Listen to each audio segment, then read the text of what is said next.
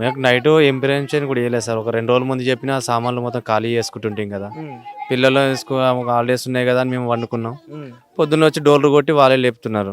లేకపోతే ఏమైంది సార్ అంటే మొత్తం ఖాళీ చేయాలి, ఇదంతా కబ్జా ల్యాండ్ అంటే కబ్జా ల్యాండ్ కాదు సార్. మేమేదో కష్టపడి గుడిసెలు వేసుకొని మెల్లమెల్ల రేకులు సెట్లు వేసుకొని బతుకుతున్నాం సార్. అంటే కూడా లేడీస్ ఎయిడ్స్ కూడా లేడీస్ బయటకు నూకేసి లేడీస్ వాళ్ళు ఉంటారు కదా, లేడీస్ పోలీసులు వచ్చి నూకేసి మమ్మల్ని నేను గట్టిగా మాట్లాడితే కొడుతున్నారు. వాళ్ళు కొట్టేసి అందరూ మీద పడి అట్లా మొత్తం సామాన్ కనీసం అవి బిరువాలు తీసుకుంటాం సార్, బెడ్లు తీసుకుని గ్యాస్ తీసుకుంటామంటే కూడా లేదు, బయటకు లాగేసి గుంజేస్తున్నారు. ఇంట్లో ఉన్నాం సార్. మామూలు ఫస్ట్ టైం అన్నారు వాళ్ళు ఖాళీగా ఉన్నాయి గులేస్తామన్నారు. ఖాళీగా ఉన్నాయి గుల్చాను సరైన ఆగినాం. ఆగితే మేము అటు పోయి చూసేలోపు ఇక్కడ వచ్చి గుల కొడుతున్నారు. మొత్తం ఏమున్నా సామాన్ తీసుకొని ఇవ్వలేదు, మనం తినడానికి కూడా వండుకున్న అన్నం కూడా తీసుకొని ఇవ్వలేదు. గ్యాసులు కూడా జేసీబీతోనే నూకేస్తున్నారు మొత్తం. ఫ్యామిలీ ఉంది కదా సార్ అంటే ఫ్యామిలీ ఉంది వేరే దాన్ని కొనుక్కున్నావారా అంటే కొనుక్కోలేదు సార్. మేము కొన్నట్టు ఎవడం మీకంటే ఏం చెప్తాం సార్. మేమేదో 10 మందిని కలుసుకొని చిన్న గుడిసెలు వేసుకొని బతుకుతున్నాం. అట్లా 20 సంవత్సరాలు బాగానే వచ్చారు సార్. ఒక 200-300 పైన వచ్చారు. లేడీస్ కూడా 100 పైన వచ్చారు. మళ్ళా 15 రోజులలో వస్తున్నారు. కానీ ఎక్కడ బతుకుతాం సార్. ఇప్పుడు పోవాలంటే ఎవరి ఇంట్లో ఉంటాం చెప్పండి. మేము రిలేషన్ మా అన్నయ్య వాళ్ళ ఇంట్లో ఉండొచ్చి వచ్చినాం సార్. వాళ్ళు కూడా ఎన్ని రోజులు అంటే ఉంచుకుంటారు చెప్పండి.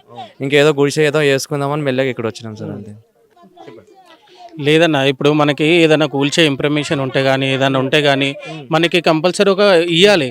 ఇన్ఫర్మేషన్ లేదు, ఏం లేదు, సడన్లీ వచ్చి గూలగొట్టిరు అనుకో మన పరిస్థితి ఏంది? పిల్లలు ఉన్నారు, కడుపుతోటి ఉన్న లేడీస్ ఉన్నారు, ఎంతో మంది ఉన్నారు. ఇది కబ్జా అని అంటున్నారు.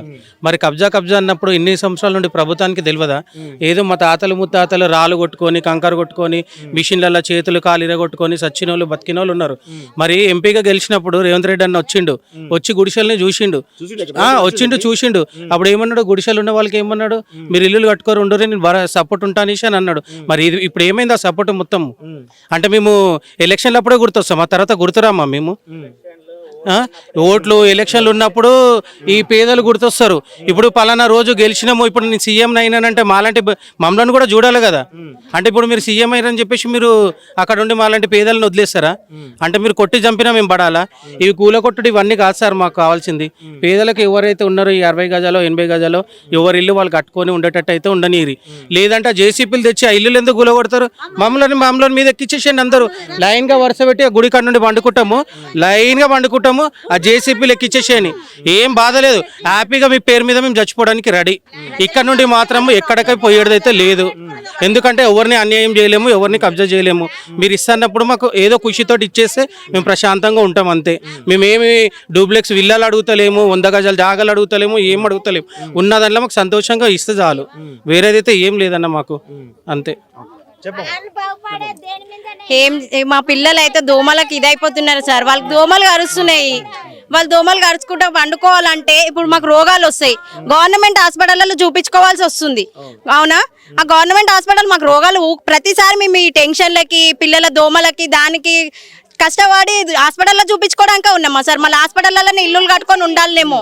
హాస్పిటల్ ఉండొచ్చు కానీ ప్రజలకు చూపించుకోవడానికి హాస్పిటల్ అవన్నీ ఫెసిలిటీ ఉండొచ్చు కానీ మాకు మాత్రం పడుకోవడానికి ఒక గృహం ఉండకూడదు, ఒక ఫెసిలిటీ ఉండకూడదు. మాకు మేము రోడ్ల మీద ఉండాలి వానకి వరదకి. అంటే మేము రోగాల పాలు అవుతుంటే మీరు అందరు ప్రజలందరూ రోగాల పాలు అవుతుంటే వాళ్ళని చూసుకుంటే మీరు ఉంటారు కానీ మాకు ఏ సహాయం చేయలేరా? సహాయం చేయడానికి ఎవ్వరు ముంగటికి రావట్లేదు. ఉన్న వాటిని ఎందుకు గుల్ చేస్తున్నారు? ఉన్న వాటిలో ఉండనియండి అమ్మా, బతకండి అని చెప్పాలి కదా. మేమేం బిల్డింగ్లు కట్టుకుంటలేము కదా, ఈడకొని ఆడకొని ఎవరినేం పట్టుకుంటలేము. మా రాళ్ళు అవి కొట్టుకొని మా అమ్మమ్మ వాళ్ళు మా తాత వాళ్ళు ఉన్నారు కాబట్టి వాళ్ళ తరపున మేమున్నాము. వాళ్ళు పుట్టించుకుంటేనే మేము వచ్చినాం.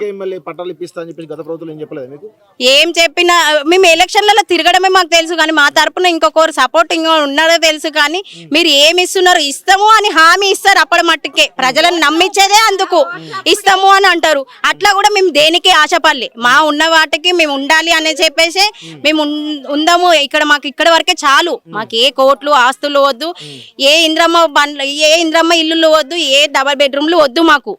మాకు ఉన్న గృహాలనే మాకు మంచిగా ఉండేటట్టు చూడాలి. ప్రతిసారి అదే కదా చెప్తున్నారు వాళ్ళు. ఇంతకు ముందు ఫస్ట్ వచ్చినప్పుడు ఇన్ఫర్మేషన్ ఇవ్వలేదు, ఇప్పుడు మళ్ళీ వస్తామని ఇంటి ఇచ్చిపోయారు. జస్ట్ ఇంటి ఇచ్చిపోయారు మాకు. మళ్ళీ వాళ్ళు ఎప్పుడు వస్తారు ఏంది అనేది క్లారిటీ ఇవ్వలేదు. అంటే వీళ్ళ కోసం మేము టెన్షన్ పడుకుంటాం, మేము పనులు చేసుకోకుండా ఉపవాసం ఉండి కనీసం తినడానికి కారం పొడి వేసుకోవడానికి కూడా ఛాన్స్ లేదు మాకు. అసలు ఇట్లా ఇట్లా వర్షం పడుతుంటే మేము ఎప్పుడు వండుకుంటాం, ఎక్కడ వండుకుంటాం, ఎప్పుడు వాటర్ తెచ్చుకుంటాం మేము. నిన్న పొద్దున 5:30 నుండి సాయంత్రం 4 o'clock వరకు అసలు పచ్చి నీళ్లు కూడా తాగకుండా అసలు మేమే పెద్దవాళ్ళం ఎట్లున్నామో మాకే ఒప్పుకోలేదు. కొందరు చక్కెర వచ్చి పడిపోకుండా, ఫీర్స్ వచ్చి పడిపోకుండా వాళ్ళే ఉంటే పిల్లలను పట్టించుకునే వాళ్ళు లేరు తెలుసా. కనీసం ఆపండి సార్, మేము ఎవరినైనా రిక్వెస్ట్ చేసుకుంటాం అంటే కూడా మాకు తెలియదమ్మా, మేము హైదరాబాద్ నుంచి వచ్చినాం, మాకు పర్మిషన్ వచ్చింది, మేము చేస్తున్నాం అంటే. మీ డ్యూటీ మీరు చేసుకొని పోతే మేము డ్యూటీలు చేయని వాళ్ళము, మేము ఎక్కడికి పోవాలా, మేము ఎట్లా పొట్టుకుట్టికి ఎట్లా తినాలా, మళ్ళీ మాకు ఎవరు పెడతారు, మాకు ఎక్కడి నుంచి వచ్చేది ఉందా? మేము ఏమన్నా రెంట్లకి ఇచ్చినామా హౌస్లని? హౌస్లో రెంట్ మేమే రెంట్కున్నాం ఇన్ని రోజులు, ఇంకా ఎన్ని రోజులు ఉండాలా రెంట్లకి? మాకేమో లక్షల జాబ్లు ఉన్నాయా, లక్షలు వస్తున్నాయా? 10,000 కూడా రావు చేతికి.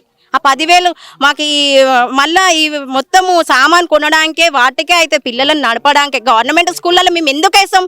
పేదవాళ్ళకు ఉండాలా మేమే, గవర్నమెంట్ స్కూళ్ళలో చదువుకోవాల్సింది మేమే, అది కూడా కొంచెం వరకే ఉంది, ఎక్కువ అయితే లేదు. మొత్తం మనకు జాబ్లు వచ్చేంత వరకు గవర్నమెంట్ ఉందా? రూల్స్ ఉన్నాయా గవర్నమెంట్వి? ఏనో ఒక దగ్గర గవర్నమెంట్ తరపున పైసలు తీసుకుంటారా లేదా? అట్లా కూడా వాళ్ళే తీసుకుంటున్నారు.